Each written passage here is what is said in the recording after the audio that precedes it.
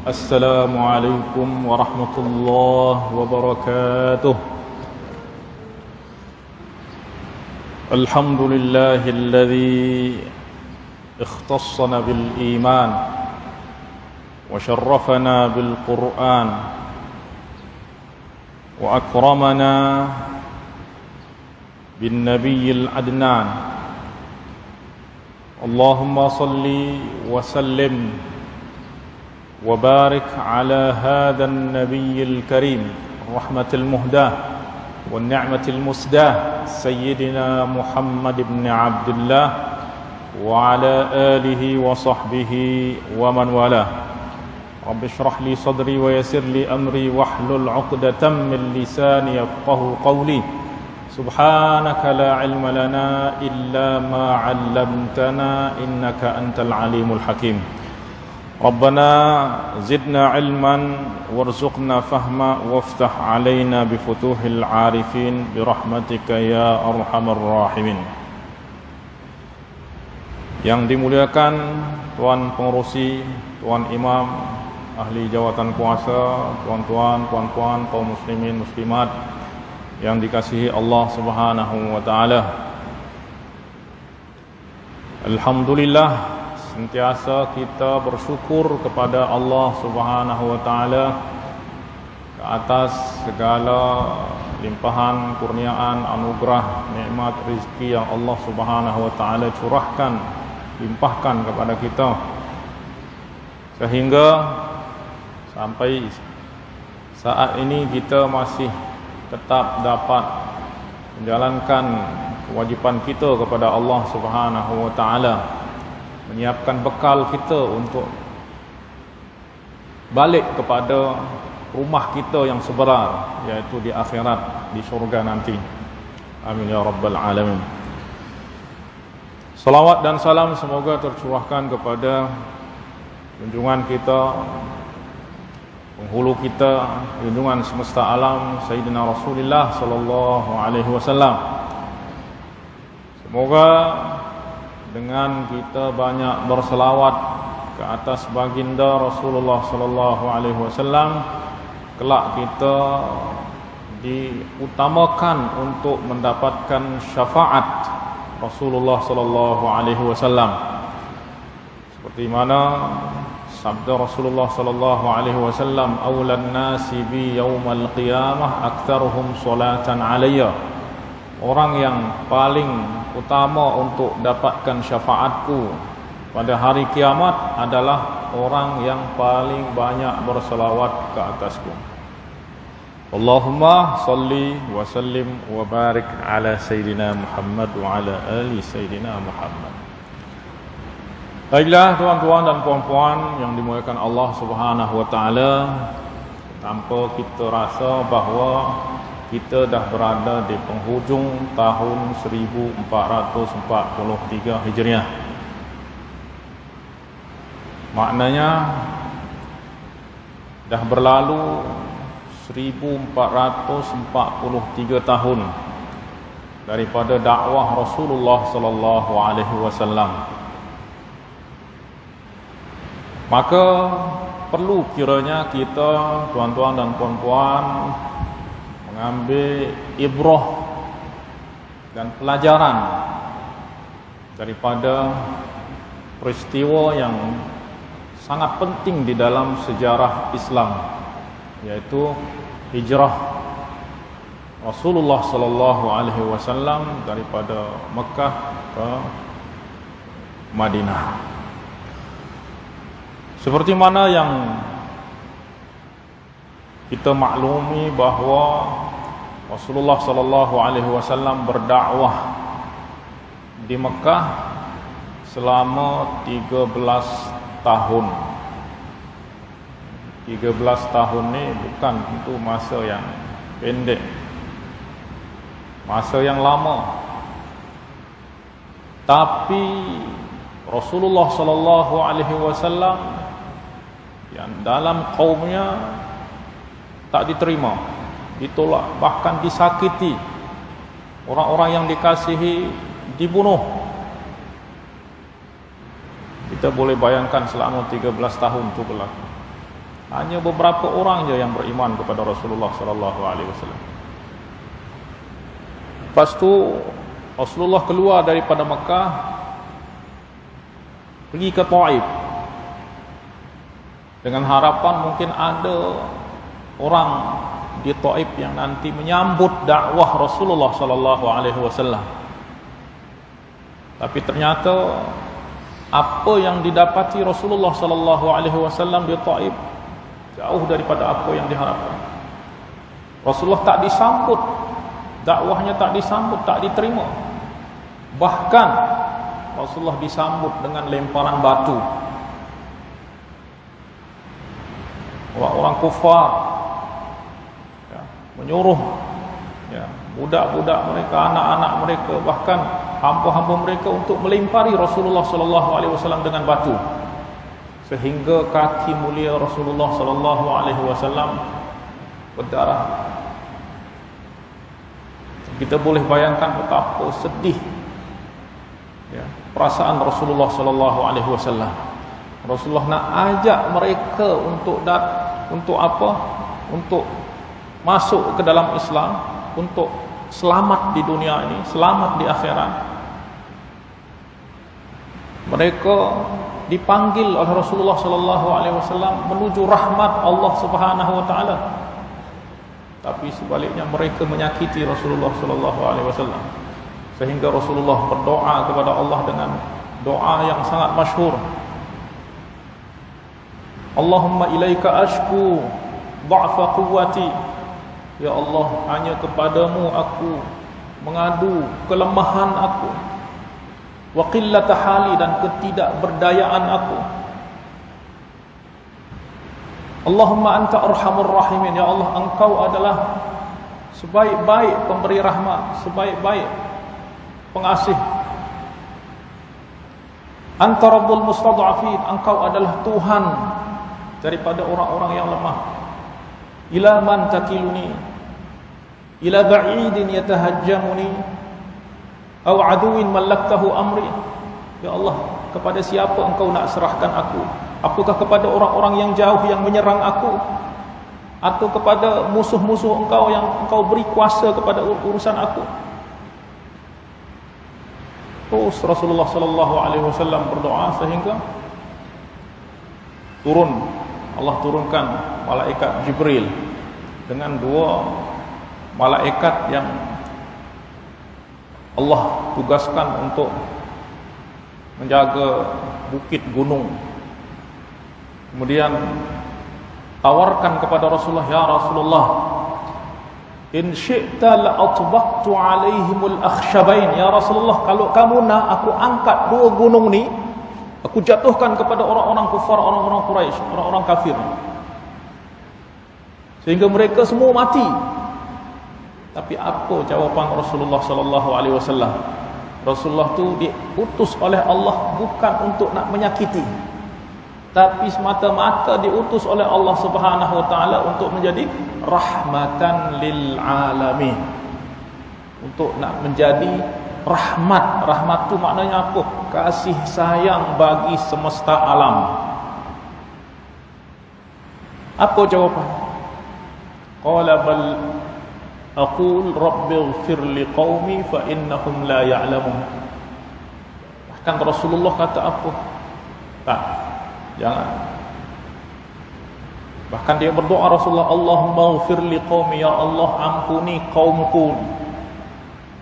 Ampuni kaumku yang kafir ni, yang mengingkari aku, yang menyakiti aku. Fa innahum la ya'lamun. Mereka mengingkari aku, mereka tak terima aku sebab mereka tak tahu. Ya. Dan jawapannya juga kepada Jibril alaihissalam, bal arju an yukhrijallahu min aslabihim man ya'budullah. Jangan bunuh orang-orang ni, kata. Sebab apa? Sebab aku berharap pula nanti daripada keturunan mereka ada orang yang beribadah kepada Allah Subhanahu wa taala. Subhanallah. Itulah rahmat Rasulullah sallallahu alaihi wasallam kepada orang-orang yang menyakiti Rasulullah sallallahu alaihi wasallam. Inilah yang mesti kita sebagai kaum muslimin ini kita ikuti, kita jadikan Rasulullah sallallahu alaihi wasallam teladan di dalam akhlak kita. Sehingga tercermin di dalam akhlak kita akhlak Rasulullah sallallahu alaihi wasallam. Sehingga orang nampak daripada kita kaum muslimin ini sebagai pembawa rahmat, penerus rahmat yang Rasulullah sallallahu alaihi wasallam bawa kepada kita. Nah, apabila ada orang yang memandang agama kita ni sebagai agama yang irhab ni apa, agama teroris, itu bukan kerana agama kita, tetapi kerana sebahagian kaum muslimin yang tak dapat membawa agama dengan benar. Kita tengok Rasulullah sallallahu alaihi wasallam, rahmatan lil alamin, rahmat bagi sekalian alam. Maknanya apa? Bukan hanya rahmat bagi manusia saja, bukan hanya rahmat bagi orang-orang yang beriman saja. Lil alamin. Alamin itu apa? Alam itu adalah semua selain Allah itu adalah alam. Maknanya apa? Semua yang ada di semesta alam ni merasakan kasih sayang rahmat Allah melalui Rasulullah sallallahu alaihi wasallam. Semua makhluk hidup ke, benda mati ke, semua. Oleh sebab tu kita lihat, kalau kita lihat dalam hadis-hadis Rasulullah sallallahu alaihi wasallam, subhanallah, kerana Rasulullah sallallahu alaihi wasallam adalah rahmat bagi semesta alam, dan di antara alam itu adalah manusia, malaikat, jin, benda-benda mati, kayu, batu, semua itu mendapatkan rahmat daripada Rasulullah sallallahu alaihi wasallam. Oleh sebab itu benda mati pun merindukan Rasulullah sallallahu alaihi wasallam, mencintai Rasulullah sallallahu alaihi wasallam. Waktu kita tengok dulu Rasulullah sallallahu alaihi wasallam kalau berkhutbah, khutbah Jumaat, selalu berada di ada batang kurma. Kemudian para sahabat menawarkan kepada Rasulullah, "Ya Rasulullah, mau tak baginda kami buatkan mimbar untuk tempat berkhutbah?" Maka Rasulullah sallallahu alaihi wasallam kata, "Insyaallah, kalau kalian nak buatlah." Akhirnya, falamma kana yaumul jum'ah qama Rasulullah sallallahu alaihi wasallam 'alal mimbar. Dan ketika tiba hari Jumaat, maka Rasulullah sallallahu alaihi wasallam berpindah daripada batang kurma itu kepada berdiri di atas mimbar. Mimbar Rasulullah itu duduk ada di 3 tingkat. Tingkat pertama Rasulullah berkhutbah, tingkat pertama, naik tingkat pertama. Lepas tu Sayyidina Umar, Sayyidina Abu Bakar naik tingkat kedua. Sayyidina Umar naik tingkat ketiga. Lepas tu Sayyidina Umar, Sayyidina Utsman turun lagi tingkat pertama. Sama seperti ini, tapi ini lebih banyak tingkat dia. Lepas tu apa yang berlaku, tuan-tuan? Batang kurma ni berteriak, menangis. Oleh sebab apa? Tak kuasa ditinggalkan oleh Rasulullah sallallahu alaihi wasallam. Dah terbiasa disentuh oleh tangan mulia Rasulullah sallallahu alaihi wasallam. Menangis. Dan semua sahabat dengar. Sama seperti budak-budak kecil itu menangis. Apa yang dibuat Rasulullah sallallahu alaihi wasallam lepas tu? Apakah dia kata itu kayu je, batang kayu je? Tak apa. Tak. Rasulullah diutus untuk menjadi rahmat bagi sekalian alam. Apa yang dia buat Rasulullah? Rasulullah turun daripada mimbar, Rasulullah peluk batang kurma itu. Rasulullah usap. Subhanallah, ada tak kasih sayang yang melebihi? Sama seperti seorang ibu mengusap anaknya ketika dia nangis supaya dia diam daripada. Itulah yang dibuat Rasulullah sallallahu alaihi wasallam kepada batang kayu. Tengok, bayangkan, bukan kepada manusia, pada batang kayu.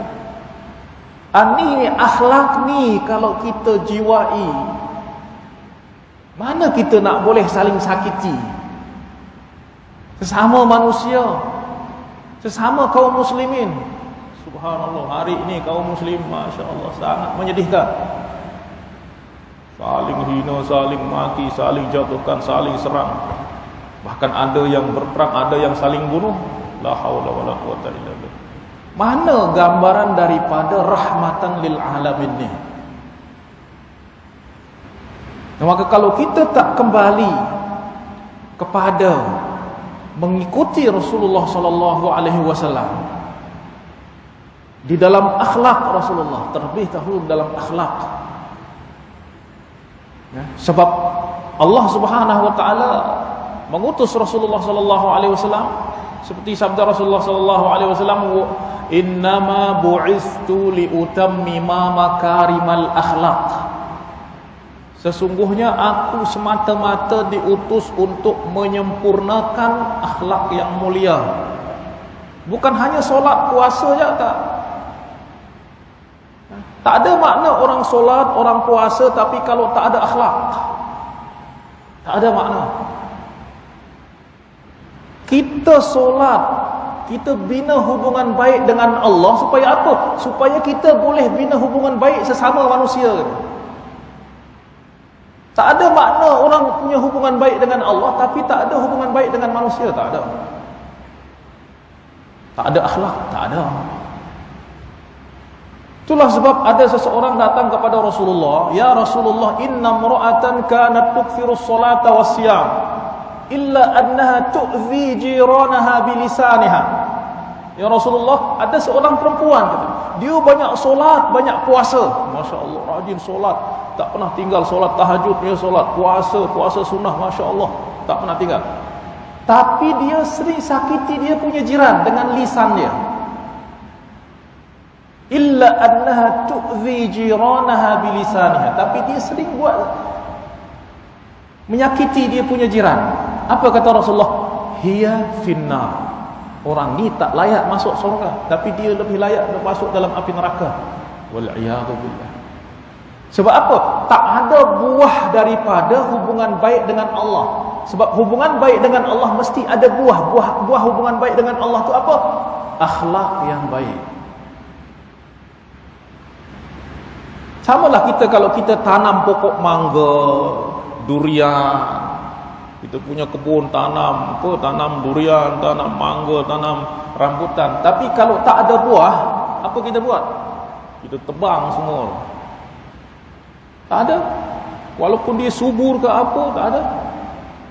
Nah maka alaqah thayyibah ma'allah, hubungan baik dengan Allah mesti ada buah, iaitu apa? Alaqah thayyibah ma'an nas, hubungan yang baik dengan manusia, iaitu al-akhlaq. Kemudian sahabat tu kata, wa inna mura'atan la tukthirus salata wasiyam. Tapi ada seorang perempuan ya Rasulullah, dia tak banyak solat, tak banyak puasa. Maknanya ibadah dia biasa-biasa saja. Biasa-biasa saja. Illa annaha tuhsinu jiranha, tapi dia berbuat baik kepada jiran-jirannya. Berbuat baik kepada sahabat-sahabat. Dia punya akhlak yang baik. Apa kata Rasulullah? Hiya fil jannah. Inilah orang yang, inilah ahli surga kata Rasulullah sallallahu alaihi wasallam. Nampak gambaran daripada seorang muslim itu adalah akhlak. Bukan solat saja, tak. Bukan satu-satunya untuk nak mengukur kita nak tahu orang tu soleh ke tak soleh. Tak boleh kita hanya lihat daripada solat saja, tapi macam mana dia berakhlak, macam mana dia bermuamalah. Tak cukup. Kalau ukuran itu adalah solat saja, apa kata Rasulullah sallallahu alaihi wasallam tentang kaum Khawarij? Apa Rasulullah sallallahu alaihi wasallam sabda kepada para sahabat? Tahqiruna salatakum ila salatihim. Kalau kamu wahai para sahabat tengok solat orang-orang Khawarij tu, kamu fikir solat kamu ni tak ada apa. Solat kamu tak ada apa. Tahqiruna siyamakum ila siyamihim. Apabila kamu bandingkan puasa kamu dengan puasa orang Khawarij, maka kamu kata puasa kamu tak ada apa. Tapi apa kata Rasulullah? Hum syiraru ahlin nar. Mereka adalah penghuni api neraka yang paling buruk. Subhanallah. Sebab apa? Sebab orang ni dah dimuliakan dengan keimanan, dimuliakan dengan ibadah, tapi ya, tak dapat ya, ibadah dia ni membuahkan, ada buah berupa akhlak thayyibah.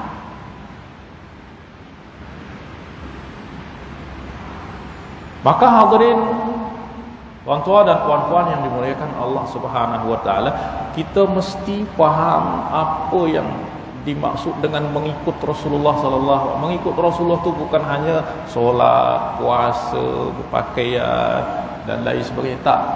Ya, kita ikut Rasulullah sallallahu alaihi wasallam di dalam iman, di dalam ibadah, di dalam muamalah, di dalam akhlak, terlebih di dalam akhlak. Sebab inilah yang akan menampakkan diri orang mukmin itu adalah akhlaknya.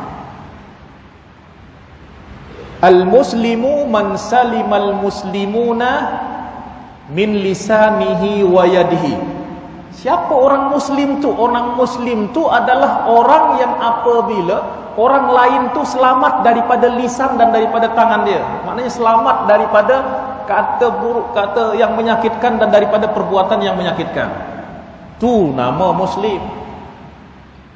Maknanya mesti ada kesesuaian dengan nama. Salima yaslamu maknanya selamat. Ya. Al-mu'minu kata Rasulullah, man aminan nasu syarrahu wa bawa'iqahu. Orang mukmin tu juga mesti akhlak dia sama dengan dia punya nama. Al-mu'minu man aminan nas. Mukmin tu adalah orang yang apabila orang lain aman daripada keburukan, daripada kejahatan dia. Itulah yang dicontohkan oleh Rasulullah sallallahu alaihi wasallam. Bahkan dicontohkan kepada musuh-musuh yang paling utama. Bahkan Rasulullah doakan, Allahumma ghfirli qaumi fa innahum la ya'lamun. Ya Allah, ampunilah kaumku sebab mereka tak kenal aku. Kalau mereka kenal aku, mereka tahu aku Rasulullah, pasti mereka beriman. Allahumma hdi qaumi, ya Allah berilah petunjuk kepada kaumku. Sebab apa? Sebab Rasulullah sallallahu alaihi wasallam diutus oleh Allah untuk menjadi rahmat, bukan untuk nak melaknat, bukan untuk nak menyiksa, bukan untuk nak menyakiti.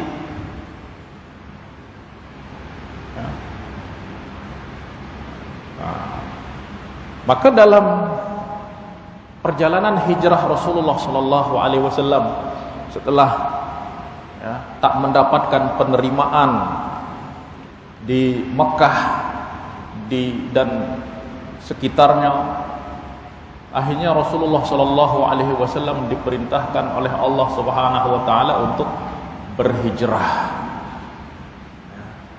Untuk berhijrah ke Yathrib. Dulu namanya adalah Yathrib. Kemudian pas Rasulullah sallallahu alaihi wasallam berhijrah, kemudian dirubah namanya menjadi Al-Madinah, Al-Munawwarah, Madinah yang bercahaya dengan cahaya Rasulullah sallallahu alaihi wasallam. Dan dalam perjalanan hijrah ini pun banyak pelajaran-pelajaran ibrah yang boleh kita ambil. Yang pertama adalah tawakal, berserah diri kepada Allah Subhanahu wa taala. Dan kita tahu ketika kaum musyrikin mendengar bahawa Rasulullah sallallahu alaihi wasallam akan keluar berhijrah, akhirnya mereka mengumpulkan semua kabilah kaum Quraisy untuk bermesyuarat di tempat yang dinama Darun Nadwah. Ini adalah parlemen Makkah pada hari itu. Setiap apa perkara penting pasti diputuskan di dalam Darun Nadwah ni. Akhirnya mereka kumpul semua, apa nak buat, macam mana kita nak buat dengan Muhammad ni. Sebab kalau dia keluar daripada Mekah ke Madinah misal, atau ke tempat lain, maka dia akan punya kekuatan di luar sana, sehingga nanti dia punya kekuatan, dia akan balik menyerang kita. Akhirnya mereka sepakat, dan kebetulan hari itu datang juga iblis ikut di dalam parlimen tu, di dalam Darun Nadwah ni.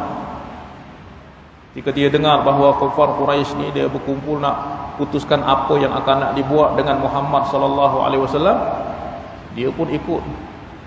Ya. Para pembesar Quraisy kata, kamu siapa, tak pernah nampak sini? Kata, aku salah seorang daripada syuyukh Najd. Aku pengetua di Najd, kata. Aku dengar kamu nak kamu semua nak bincang pasal apa nak buat dengan Muhammad, maka aku datang. Sebab apa? Musuh kamu juga musuh aku. Maka kita berteman. Tapi mereka tak tahu itu adalah iblis. Akhirnya dalam musyawarah tu kata, apa nak kita buat dengan Muhammad ni? Akhirnya ada yang kata, kita tangkap Muhammad, kita penjarakan dia, kita tahan dia supaya dia tak keluar. Iblis kata, ni bukan pendapat yang baik, kata dia. Sebab apa? Sebab nanti kalau Allah lepaskan dia keluar nanti, dan kamu tahu bahawa Muhammad ni kalau dia cakap, Masya Allah, dia boleh tarik hati, masuk hati ucapan dia, sehingga dia diterima nanti tempat-tempat lain. Sehingga kabilah-kabilah lain nanti terima dia, sehingga menjadi menjadi punya kekuatan, sehingga nanti kamu diserang. Akhirnya kata, kalau macam tu kita bunuh. Kalau satu kabilah aja yang bunuh, maka nanti Bani Hashim akan memerangi mereka. Tak boleh. Akhirnya Abu Jahal ni, iaitu Fir'aun dalam umat ni, Abu Jahal, dia terlintas suatu pendapat yang mungkin iblis pun tak terfikir. Masya Allah, iblis pun tak terfikir dengan pikiran Abu Jahal ni. Itulah manusia ni, subhanallah, memang betul-betul unik manusia ni. Manusia ni kalau dah baik, dia boleh lebih baik daripada malaikat. Oleh sebab tu para nabi, para rasul tu lebih mulia daripada malaikat. Nabi itu manusia. Tapi kalau dia dah rosak, dia dah buruk, lebih buruk lagi daripada iblis. Betul tak? Betul. Ada tak iblis kata aku Tuhan? Ada tak? Tak ada. Tapi manusia ada. Banyak. Fir'aun kata ana rabbukumul a'la, Namrud kata aku Tuhan, dan lain sebagainya. Iblis tak ada kata aku nabi, tapi manusia banyak. Di Indonesia sekarang dah banyak tu nabi-nabi dalam penjara tu. Mereka mengaku nabi-nabi, Dajjal semuanya tu. Tapi syaitan tak ada kata aku nabi, aku Tuhan, tak ada. Manusia ada. Laqad khalaqnal insana fi ahsani taqwim thumma radnahu asfala safilin. Maka Abu Jahal ni kata apa? Macam ni, kalau satu orang je yang bunuh Muhammad, maka Muhammad, Bani Hashim akan perangi kabilah tu. Mudah. Tapi caranya macam ni, ambil daripada setiap kabilah satu orang pemuda yang kuat, dari Bani Makhzum, dari Bani Taim, dari Bani Adi, dari Bani Umayyah, dari Bani Zuhrah, dari Bani Abdiddar. Ambil setiap orang pemuda yang kuat, kemudian nanti mereka bunuh serentak Muhammad ni. Maka setiap orang bunuh Muhammad, sehingga kalau Bani Hashim nak menuntut, tak mungkin Bani Hashim nak perangi semua kabilah ni. Bani Taim, Bani Adi, Bani Umayyah, Bani Zuhrah, Bani Makhzum, Bani Abdiddar, tak mungkin. Sehingga dia akan terima diah. Diah ni apa? Diah ni bayar 100 onta. Sebab tak ada pilihan, tak mungkin dia nak perangi. Akhirnya apa kata iblis? Ni pendapat yang bagus, brilliant, kata dia. Ini pendapat yang bagus. Masya Allah. Iblis pun puji pendapat Abu Jahal ni. Tapi wa yamkuruna wa yamkurullah wallahu khairul makirin. Nak buat makar kepada Rasulullah, wallahu khairul makirin. Allah, ya, Jibril datang kepada Rasulullah, Jibril bagi tahu, ya, apa yang akan dibuat oleh kufar Quraisy.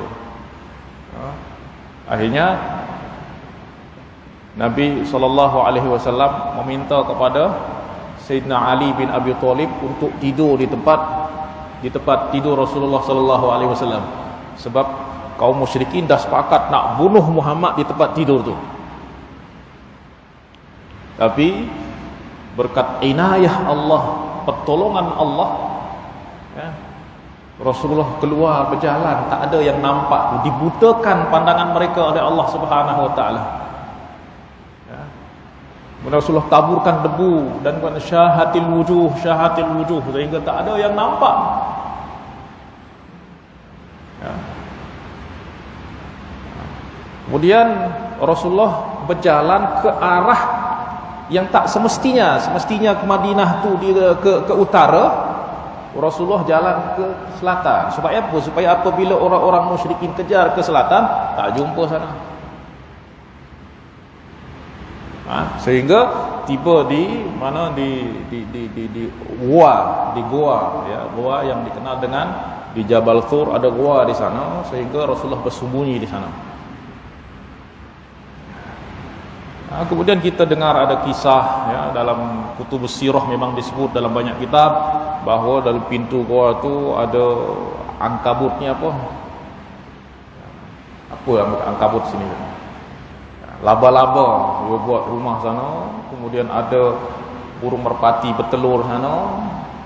Tapi sanadnya memang bermasalah. Tapi dalam sirah ni memang ada tasamuh, jadi tak masalah apabila ada sanad yang lemah dalam sirah ni, tak apa. Para ulama kata tak ada masalah. Tapi ada hadis yang lebih kuat lagi, iaitu apa? Sayyidina Abu Bakar ketika dah masuk di gua tu, dan di sini juga kita lihat, masya-Allah, subhanallah, pengorbanan dari Sayyidina Abu Bakar radhiyallahu anhu. Sebelum masuk ke dalam gua tu, dia kata, ya Rasulullah, ya, uthbut makanak, ya Rasulullah, jangan masuk dulu, biar aku yang masuk. Ya, nak periksa ada apa, nak tengok ada lubang ular ke, kalajengking ke apa. Akhirnya dia jumpai ada satu lubang ditutupi dengan kain. Tapi masih ada dua lubang lagi sana. Ya. Tak ada lagi nak guna tutup. Akhirnya apa? Sayyidina Abu Bakar tutup dengan kedua kaki. Lepas dah tengok dah aman, baru dia kata, ya Rasulullah, masuk. Barulah Rasulullah SAW masuk dalam keadaan letih, terus tertidur di atas paha Rasulullah SAW. Tengah tertidur, tiba-tiba Sayyidina Abu Bakar digigit ular. Allah, tuan-tuan dan puan-puan, rasa orang digigit ular, semoga kita dijauhkan. Tapi Masya Allah, subhanallah, Sayyidina Abu Bakar tak bergerak. Sebab apa? Sebab ada Rasulullah SAW tidur di atas. Tak nak Rasulullah terbangun daripada tidurnya. Tapi kerana tahan rasa sakit, air mata menetes dan jatuh ke pipi Rasulullah SAW sehingga Rasulullah terbangun. Ma bika ya Abu Bakar? Qala ludiqtu. Ada apa? Kenapa kau menangis ya Abu Bakar? Ya Rasulullah, aku digigit ular.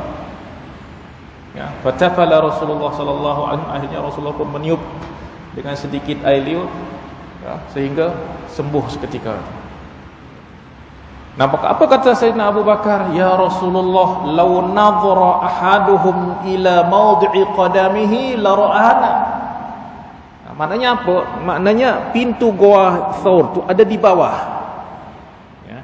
Dan orang musyrikin ni ada posisi lebih atas, sehingga kalau dia tengok bawah pasti akan nampak Rasulullah dan Abu Bakar sana. Abu Bakar dah takut. Kalau dia tengok sikit ke bawah je, pasti akan nampak Rasulullah SAW dan Abu Bakar. Tapi apa yang selamatkan, apa yang menghalangi mereka untuk tak nengok bawah ni?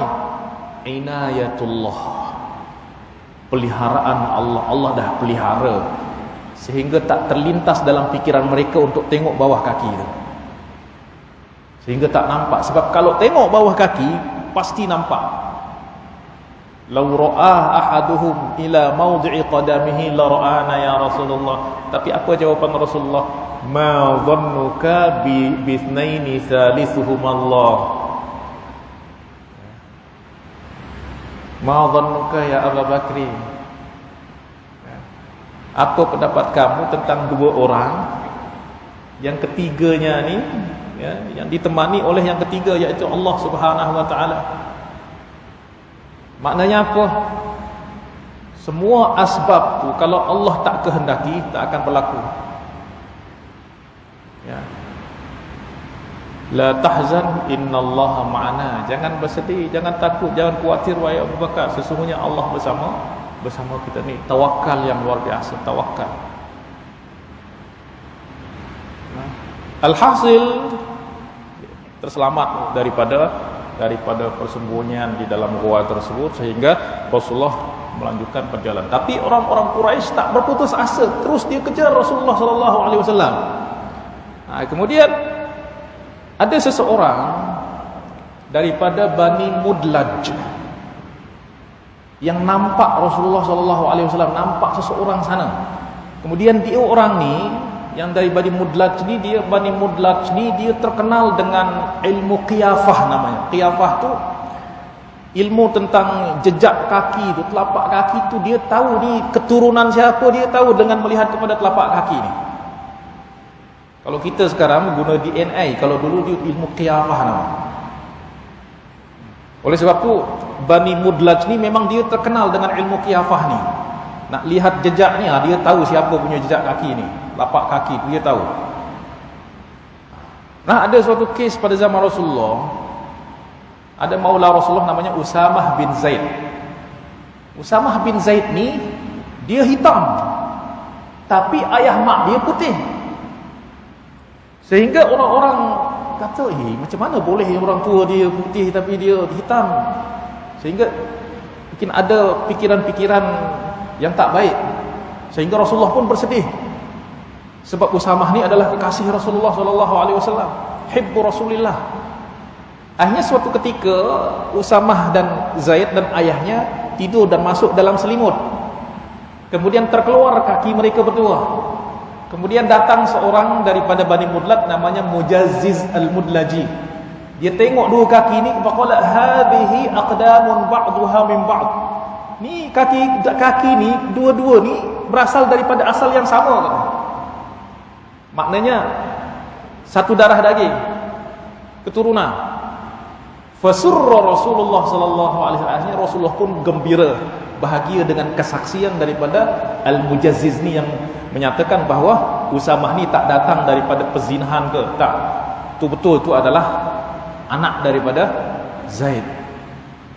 Nah, ada seseorang yang bernama Suraqah bin Malik Al-Mudlaji. Dia yang tengok ada tiga orang dalam perjalanan. Nampak tiga orang. Dan dia dah dengar bahawa orang-orang kufar Quraisy, dia dah beri pengumuman bahawa siapa yang boleh tangkap Muhammad akan diberi 100 ekor onta. 100 ekor onta ni berapa kira-kira hari ini tuan-tuan? Satu onta ni, kalau onta yang diguna untuk berlomba ni, tu sampai harga dia tu 4 juta rial. Yakni sekitar 1 juta US dollar. Satu onta ni yang diguna untuk dilombakan tu. Kalau yang biasa yang kita sembelih tu berkisar antara 15,000 hingga 25,000. Yang kualiti itu 25,000. 25,000 rial, yakni sama dengan berapa? 29,000 ringgit lah. Kalau 100 maknanya berapa? Sekitar 2.900 juta, 2.900.000 ringgit. Banyak ke sedikit tu? Banyak lah. Siapa yang boleh tangkap Muhammad akan diberi onta. Ya, kalau hari ini akan diberi 2.900.000 ringgit. Masya Allah. Akhirnya dia tahu bahawa itu Muhammad.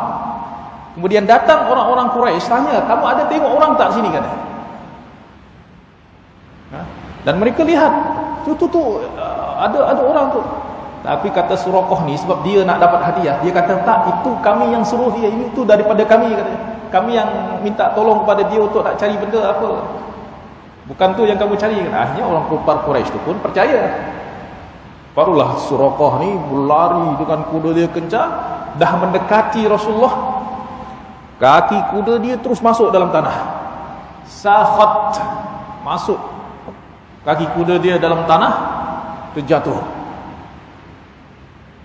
Dia pun keluarkan daripada tanah, dia kejar lagi, masuk lagi hingga 3 kali. Barulah dia tahu bahawa memanglah tak boleh nak kejar. Dia tahu bahawa Rasulullah ni tak akan boleh didapati. Memanglah sebelum tu Suraqah bin Malik ni dia dah buat apa nama dia? Azlam tu apa ya? Nak ambil nak adu nasib tu apa, kalau baik ke tak baik. Dia setiap kali ambil, maknanya sebelum dia kejar Muhammad ni dia ambil azlam dulu. Ya. Fa kharaja alladhi kuntu akrah. Selalu keluar yang aku tak suka. Maknanya apa? Ya, bahawa aku nak berjaya ke tangkap Muhammad, tak berjaya. Tapi selalu yang keluar ni dia tak berjaya. Tapi sebab dia dah dengar 100 onta ni, Masya Allah, dia pun semangat. Akhirnya tak boleh, akhirnya dia datang kepada Rasulullah. Aku tahu bahawa ni kamu tak boleh nak dia. Kafaituka talaba min jihati. Ya. Maka dia pun tawarkan kepada Rasulullah, ya, aku akan halangi semua orang yang mengejar kamu daripada arah aku. Maknanya kamu daripada arah aku ni aman kan? Subhanallah, siapa yang robah dia punya hati seperti itu? Padahal hari itu dia tidak Islam lagi, belum masuk Islam. Tapi dia kata aku akan jaga kamu daripada arah aku. Maknanya aman daripada sini. Nah, maka di sini ada inayah Allah Subhanahu wa taala. Yang tadi orang ni yang semangat untuk nak menangkap Rasulullah, kemudian berubah menjadi orang yang akan menjaga dan mengamankan Rasulullah sallallahu alaihi wasallam. Berkat apa? Inayah Allah Subhanahu wa taala. Berkat tawakal Rasulullah sallallahu alaihi wasallam. Kemudian orang-orang yang di Madinah pun kena dengar Rasulullah sallallahu alaihi wasallam dah berhijrah, maka tiap-tiap hari mereka keluar nak menanti kedatangan Rasulullah. Hari pertama tak datang, hari kedua tak datang. Akhirnya ma yurji'uhum illa lafahus syams. Maknanya mereka tak pulang kecuali dah terik matahari dah sangat panas, baru mereka pulang rumah. Mereka pulang, tiba-tiba ada seorang Yahudi tengok ada tiba-tiba orang yang datang. Dia berteriak, "Hada jaddukumul ladzi kuntum tantadhirunah." Hada jaddukum. Dia teriak, dia panggil semua orang Madinah, dia kata hada jaddukum. Jadd itu artinya apa? Jadd itu bukan atuk, maknanya apa? Ya. Wala yanfa'u zal jaddi minkal jadd. Maknanya apa? Kebesaran, keagungan, kejayaan, azamah. Maknanya apa? Allah Subhanahu wa taala dah jadikan orang Yahudi ini berucap dengan kalimat yang menunjukkan kepada kebesaran. Ini kebesaran yang kalian tunggu, yang kalian nanti dah datang, yaitu Rasulullah sallallahu alaihi wasallam. Nah, maka di sini hadirin yang dimuliakan Allah Subhanahu wa taala, banyak pelajaran yang penting yang boleh kita ambil daripada perjalanan hijrah ni. Tapi yang paling yang mungkin boleh kita ambil adalah bahawa di dalam setiap perkara penting yang kita buat, mesti kita bertawakal kepada Allah Subhanahu wa taala. Kerana apabila orang dah berserah diri kepada Allah, wa may yatawakkal 'ala Allahi fa huwa hasbuh. Orang siapa yang bertawakal kepada Allah, maka Allah lah, cukuplah Allah yang menjadi penolong baginya. Ya. Nah, sehingga kita lihat di dalam sirah para nabi dan lain sebagainya, memang sifat tawakal ni adalah sifat yang sentiasa, yang mesti ada dalam diri setiap orang. Kita tengok Nabi Ibrahim alaihissalam, ketika dia dilempar ke dalam bukit api yang menyala tu, apa yang dia ucapkan, kata Rasulullah, qalaha Ibrahim hina ulqiya finnar, iaitu apa? Hasbunallahu wa ni'mal wakil. Sehingga apa? Api yang semestinya membakar menjadi apa? Bardan wa salam. Dengan siapa? Dengan kuasa Allah. Dengan kuasa Allah. Bardan wa salaman. Sama seperti Suraqah tadi, yang semestinya dia nak menangkap, tapi justru dia balik menjadi orang yang memberikan, mengamankan Rasulullah sallallahu alaihi wasallam. Sama seperti Nabi Musa, ketika Fir'aun bunuh semua anak-anak kecil, bayi-bayi lelaki dibunuh. Nah, untuk menyelamatkan Musa ni, apa yang dibuat oleh ibu dia? Dibuang sungai. Coba kita guna kita punya logik, bayi kita buang sungai itu keselamatkan ke nak bunuh? Logik kita kata bayi kita nak buang ke sungai itu maknanya kita bunuh.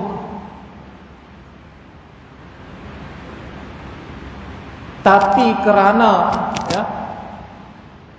sidqut tawakkul ala Allah, tawakal yang tulus pada Allah, maka sesuatu yang semestinya berbahaya berubah menjadi sesuatu yang bermanfaat, menyelamatkan. Maka hadirin dan tuan-tuan yang memuliakan Allah Subhanahu wa taala, pertama, jihad Rasulullah sallallahu alaihi wasallam menunjukkan kepada kita betapa besar kasih sayang cinta Rasulullah sallallahu alaihi wasallam kepada kita. Rasulullah mengorbankan orang-orang yang dikasihi, berjihad di jalan Allah semata-mata supaya kita semua yang datang selepas Rasulullah ni boleh selamat, boleh masuk dalam surga bersama Rasulullah sallallahu alaihi wasallam. Dan tak ada yang dipikir oleh Rasulullah melainkan macam mana nak selamatkan umatnya di hari kiamat nanti, di dunia dan di akhirat ni. Tak ada yang dia fikir. Bahkan tak ada yang buat Rasulullah ni puas nanti kecuali dah lihat semua umatnya masuk dalam syurga. Dan Allah dah beri jaminan, Allah beri janji kepada Rasulullah, wala sawfa yu'tika rabbuka fatarda. Allah pasti memberi kamu wahai Muhammad sehingga engkau puas hati. Dan tak ada yang buat Rasulullah puas hati, kata para ulama, kecuali melihat semua umatnya masuk dalam surga. Sehingga Rasulullah sallallahu alaihi wasallam khususkan ada syafaat, iaitu ada satu doa yang mustajab yang Rasulullah sallallahu alaihi wasallam simpan semata-mata untuk nak selamatkan umatnya yang mungkin nanti ada yang derhaka, ada yang buat maksiat, ada yang berhak masuk api neraka, diselamatkan dengan syafaat tu. Subhanallah. Inilah kebesaran kasih sayang Rasulullah sallallahu alaihi wasallam kepada kita. Maka sebagai kesyukuran kita, Allah dah jadikan kita sebagai pengikut Rasulullah, dan kita dah diberi petunjuk oleh Allah Subhanahu wa taala untuk menjadi pengikut Rasulullah sallallahu alaihi wasallam, walaupun kita hidup jauh daripada zaman Rasulullah, tapi ini semata adalah anugerah, nikmat, kurniaan daripada Allah Subhanahu wa taala. Maka kita syukuri dengan apa? Dengan kita meneladani Rasulullah sallallahu alaihi wasallam, bukan hanya di dalam ibadah tapi juga di dalam akhlak. Di dalam akhlak, demi untuk mewujudkan wa ma innama bu'istu liutammima makarimal akhlaq, dan untuk mewujudkan wa ma arsalnaka illa rahmatan lil alamin. Baiklah tuan-tuan dan puan-puan, sebenarnya masih banyak lagi pelajaran-pelajaran dan ibrah-ibrah daripada peristiwa ini, tetapi yang paling penting adalah mana kita boleh meneladani Rasulullah sallallahu alaihi sallallahu alaihi wasallam. Aqulu qawli hadha wa astaghfirullah li wa lakum. Wabillahi taufiq wal hidayah. Wassalamu alaikum warahmatullahi wabarakatuh.